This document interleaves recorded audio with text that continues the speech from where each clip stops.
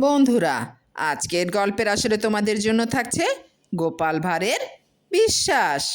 গোপাল যাচ্ছে শ্বশুরবাড়ি। মাথার ওপর গনগনে সূর্য। গরমে অতিষ্ঠ হয়ে গোপাল এক গাছের নিচে বিশ্রাম নিতে বসলো।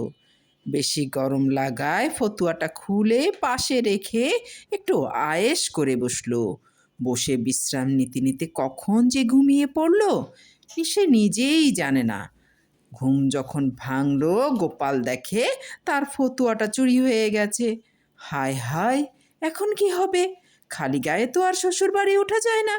কি আর করা? সে হাঁটতে হাঁটতে মনে মনে বলতে লাগলো, হে ভগবান, রাস্তায় অন্তত 10টি মুদ্রা যেন কুড়িয়ে পাই, তাহলে 5 মুদ্রায় আমার জন্য একটা ভালো ফতুয়া কিনতে পারি, আর তোমার জন্য 5টি মুদ্রা মন্দিরে দান করতে পারি। আর কি আশ্চর্য! ভাবতে ভাবতেই দেখে রাস্তার ধারে কয়েকটি মুদ্রা পড়ে আছে। সে খুশি হয়ে উঠল।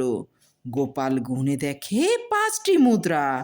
গোপাল তখনই বলে উঠল, হে ভগবান, আমাকে তোমার বিশ্বাস হলো না? নিজের ভাগটা আগেই রেখে দিলে।